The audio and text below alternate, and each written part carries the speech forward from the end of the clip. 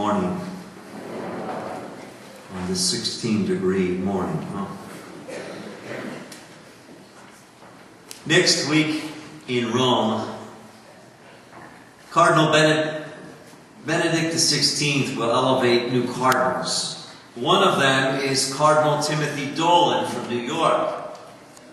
And I just read this book about Archbishop Dolan entitled A People of Hope by John Allen. Bishop Dolan just celebrated on February 6th his 62nd birthday. He's the oldest of 5 children of Robert and Susan Dolan in an Irish family. A very vivacious, gregarious man, very jovial, who's in tune with life. He's really real person. That's the charisma that draws me to him. He's the real McCoy. Near the end of the book, he tells the following story that I'd like to begin my homily with this morning. Every other Saturday, I walk down in street clothes to a Franciscan parish near Penn Station. There I stand in line, usually 8 or so people in front of me, for the sacrament of confession. Nobody knows I'm a bishop.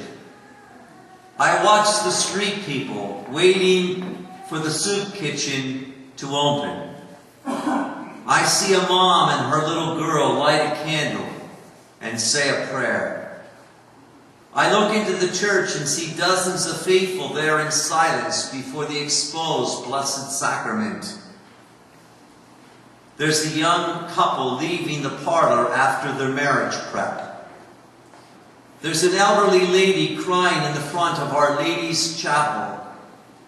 Over in the corner is a drop-off table for baby clothes for the young moms with a troubling pregnancy.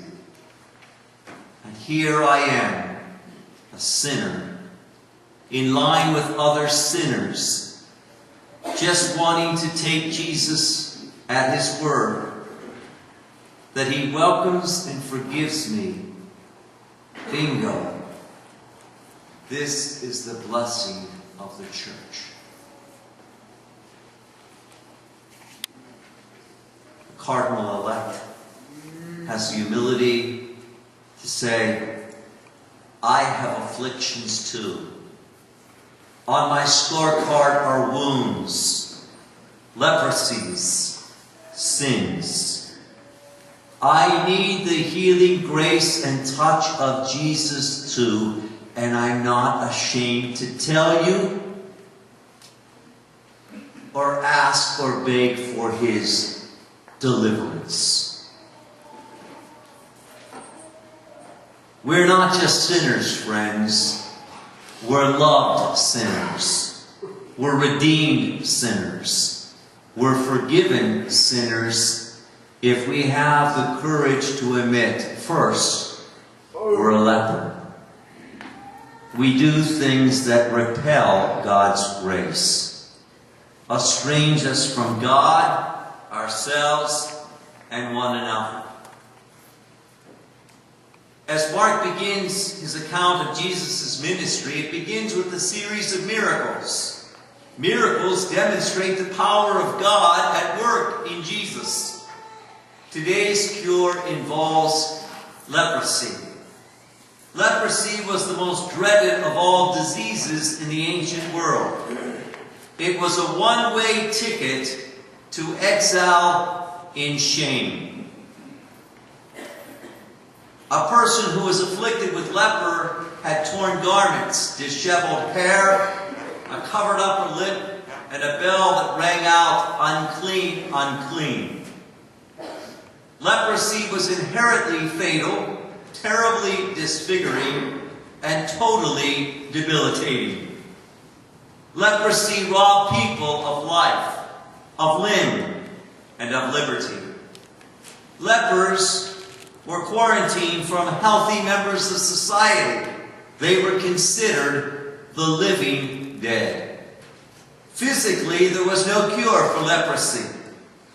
All a leper had to look forward to was greater pain, more disfigurement, and eventually an ugly death.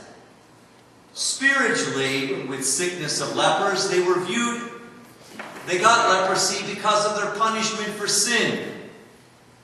They were made to feel like sinners. It was their fault. Psychologically, they got no sympathy or compassion from humanity. They had no web of relationships with others because they were responsible for their own affliction.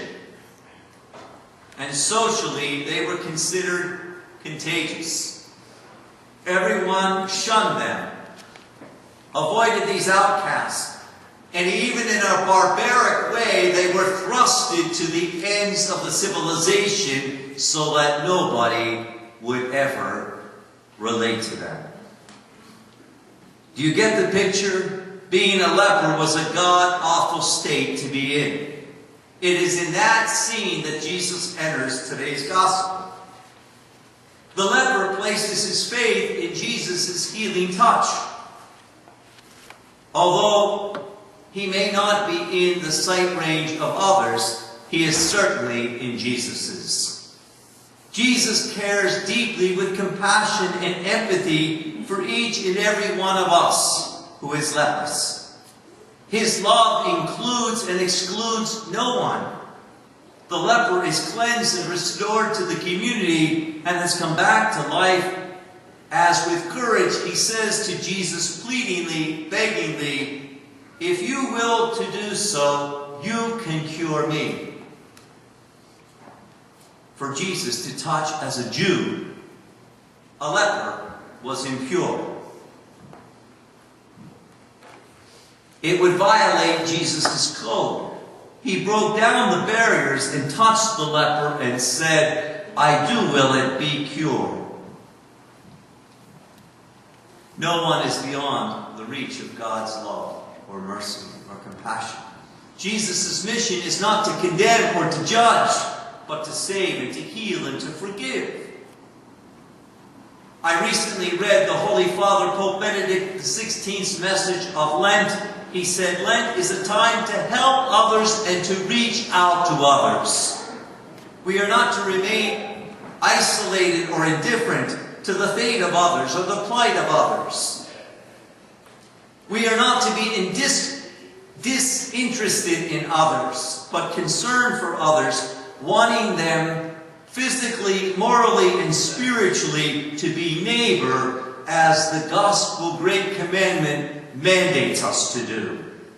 We are called to be responsible spiritually towards one another, and even in fraternal correction when we're in error. The Pope warns us against spiritual amnesia, which makes us numb to other people's life. We don't feel for them. We don't suffer with them. We're not concerned about them. In whatever illness that may strike them, whether it be a physical illness, whether it be a chronic illness, whether it be a mental illness, whether it be a terminal illness, whether it be a moral illness, whether it be a physical illness, in whatever besets us. We're like a spiritual anesthetic that the Pope says, we're numb. We don't care. It's more than being disinterested. We don't even see them, the Pope says. And he says there's a grave sin in that, because if we don't see them, we'll never reach out to them. We'll never help the hurting. Whether it's a black sheep, whether it's a migrant, whether it's the sick, whether it's the addicted, whether it's the outcast, whether it's the handicapped, whether it's the lowly. My mother has been 7 years at the Little Sisters of the Poor. And on Thursday I went there and there were 6 CMU students, either seniors or graduate students in the music school at CMU. The woodwinds were there that played. And it was wonderful, and we listened to their music for an hour and a half. And every one of those college kids met every single person, whether in a wheelchair, whether they were asleep, whether they could speak or not. They went to every single person in that auditorium and brought them a new life. Not just by their music and their extraordinary talents that they displayed on stage for us, but that personal touch, that personal healing compassion of empathies that says, you're somebody with a dignity. The Pope wants Christians to help encourage others to strive for the truth, to live good lives and holy lives, and show concern for others out of our concern for Christ. For Christ says, what you did for the least, you made my kingdom the most. A friend of mine's mother died this past week. She was 99 years of age. He's 72 years of age. And he said, Father, if there's one person you never want to die, it's your mother. You want to keep them as long as possible because you'll never find a duplicate love in the universe. As we gather on this World Day Sunday for the sick, I think Mary, the Mother of God, is the model of health for the sick. She mirrors her Son's healing compassion for those who suffer affliction and illness. The Blessed Mother, St. John Mary Vianney says, loves all above when she sees in her children purity, humility, and charity. The work of the kingdom is in your presence. We are called to be agents and instruments of God's healing touch and His grace to this world that is so in pain.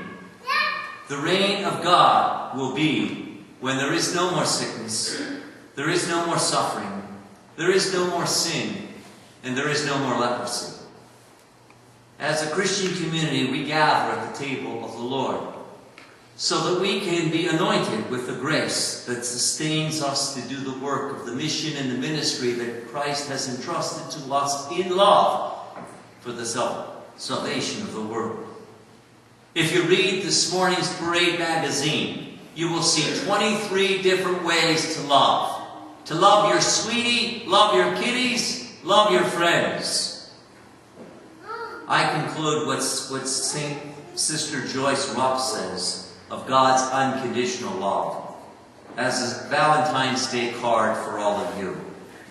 God loves like no one else.